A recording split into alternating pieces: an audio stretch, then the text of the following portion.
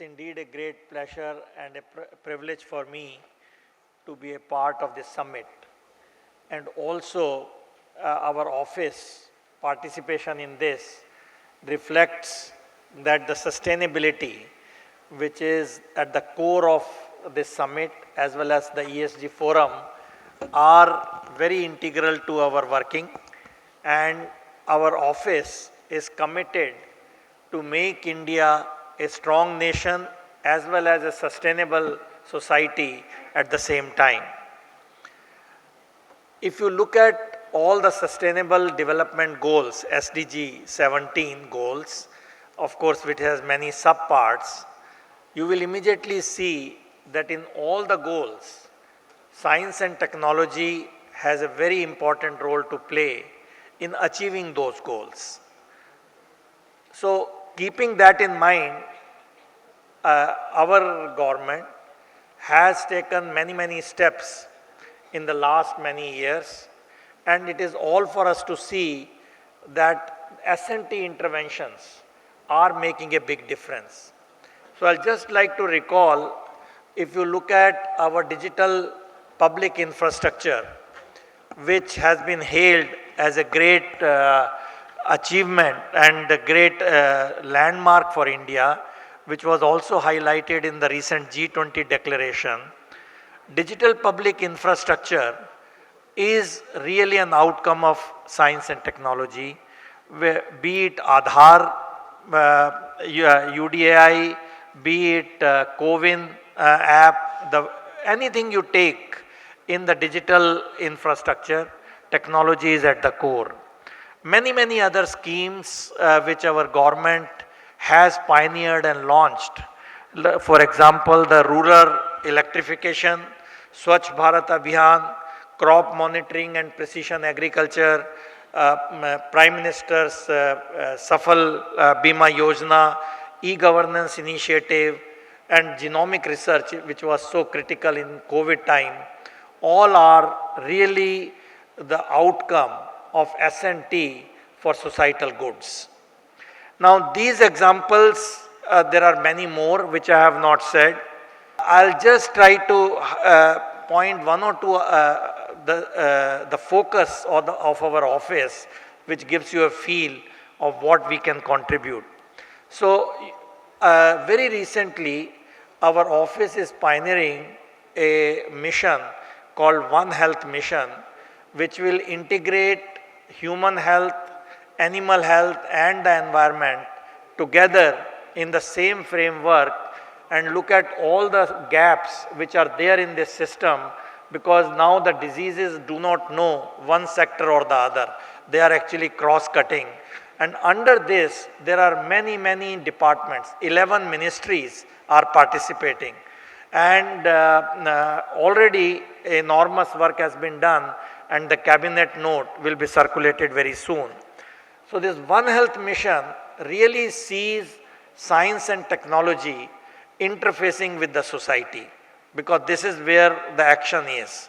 So this is one mission which our office is championing, and happy to see that 11 ministries working together, be it Ministry of Health, be it Ministry of Environment and Forest, Animal Health and Husbandry.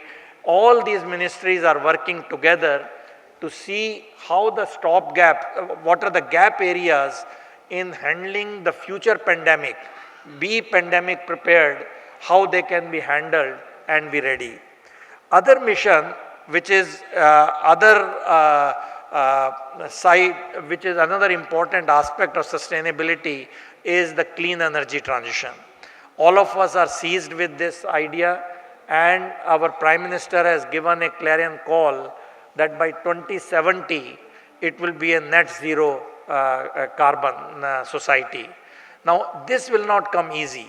So, we have to make enormous efforts, and one of the effort which has been launched by our government very recently is the green hydrogen mission, making green hydrogen as the fuel of the future, which has negligible carbon footprint. This is again an area where office is playing a role along with MNRE, many other ministries, because again is a whole of government approach which will make a difference. The other one which you think is a bit esoteric, but I'll just mention it, is the quantum mission. Now you would think, what is that to do with us? We don't feel quantum in our daily life. If I tell you, do you believe in gravity? Do you think there is gravity? I don't think anyone will say no, because we experience gravity, whether Newton observed the Newton falling or Mr. Mohan observed, gravity is there. So gravity does not need any scientific input to appreciate. But quantum science is not like that.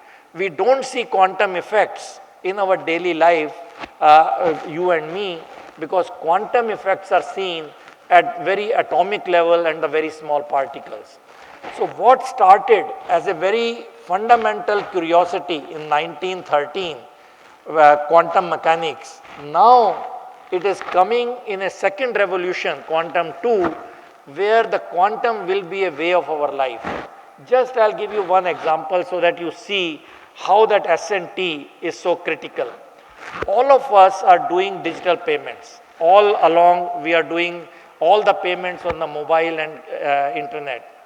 This is all encrypted messages which you see, 128-bit encryption and so on. All this is with a hope that this code will not be broken. But with the quantum on the scene, this 128 RSA code can be broken in 10 seconds. Now this immediately tells us that if the world has to be quantum safe, where the digital life is really a reality, we have to invest in quantum technologies. So this is one area which may look a bit esoteric, but it is not. Again, it is connected to sustainability, and the reason, again I will say half a minute, all these classical computers, if you see, they consume enormous power. When you send a WhatsApp message, good morning, to your friends, actually it is consuming 3 liters of water when it goes around. Now, all that we don't realize because we think we are not concerned. But once we have the quantum computers, the energy required will be a very small fraction of what is needed for classical computation. So again I am saying S&T cannot be isolated from sustainability. And the last one which I want to say, because it has some connection with CSR, is the National Research Foundation. So as you know, our government has launched a new funding, a new S&T tool called the Anusandhan National Research Foundation, which was approved by the Parliament, made into a bill only few months back, maybe 2 months back in July. Now what will it do? This is what will empower our R&D ecosystem in a very major way. So we have to reach in our science and technology, research and development to the places which have not been reached so far by the funding agencies. So we have to reach the unreached in this foundation. We have to bring academia and industry together. In this platform, part of the funding is coming from central government. But a major part we hope to bring along with other players like the business industries, philanthropic organizations and so on. And this is where the CSR will play a very dominant role.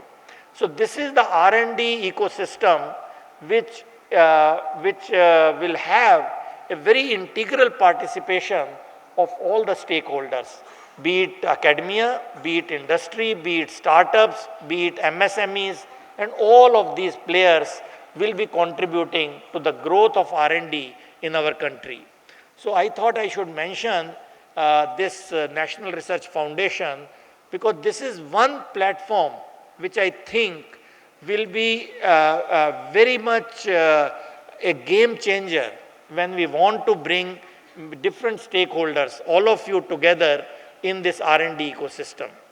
So that brings me to an experiment which our office has been doing in the Strategic Alliance Division, led by Dr. Sapna Poti. So we started what is called the Manthan platform. So it is a version, if you see that, this platform is a beautiful platform to bring demand and supply side, where you can have your wish list of what you would like to solve in a society, and you will have people who are ready to do it, academia, startups and so on, and this is like a matchmaking. So in the last 1 year and 4 months since it was launched, already it has impacted a great deal of academic sectors, great deal of startups, and all the business players who have come together with a very, very effective way. So I thought I'll mention this because this is one platform which is worth for you to look at and see how you can be an integral part of this R&D supported sustainability in a very major way. I'll just take a minute or two just to close it, that we will have many other missions which we are looking at, which will impact the society. Now, in all this, I'm sure you will all realize that government cannot do it alone. We need all of you, all the players, all the business houses, all the foundations, societies, all the organizations to really partner with India, Indian government, be it central, be it state, and be a co-journey partner in this effort. So I'm sure we will go a long way with all of you being there. And now the fact that CSR has this Schedule 7 inclusion of promoting education, R&D, research and development in some ways, I'm sure that CSR activities will provide a significant avenue for funding innovation in India. It can be a grassroots innovation, it can be a high technology innovation, because innovations really don't have any color. Innovation can come at the grassroots level as much as in the high tech. And this is what we need in our society. We have very huge variety, whose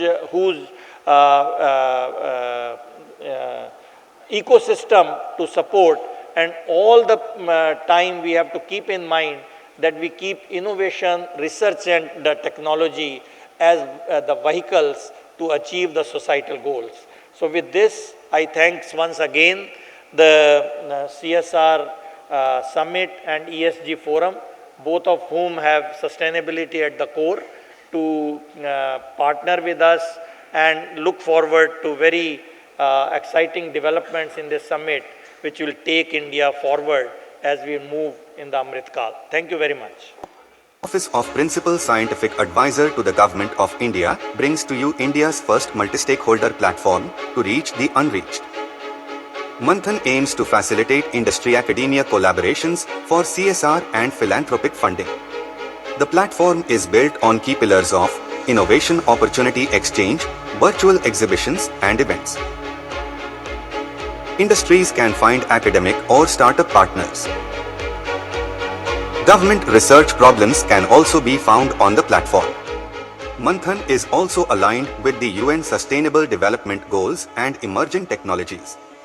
The science and technology clusters under the Office of Principal Scientific Advisor to the Government of India create strong linkages between multiple academic institutions and industry on focused thematic areas.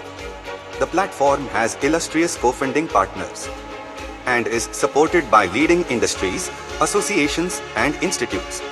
Please register on manthan.gov.in today if you would like to source your implementation or R&D and innovation partners.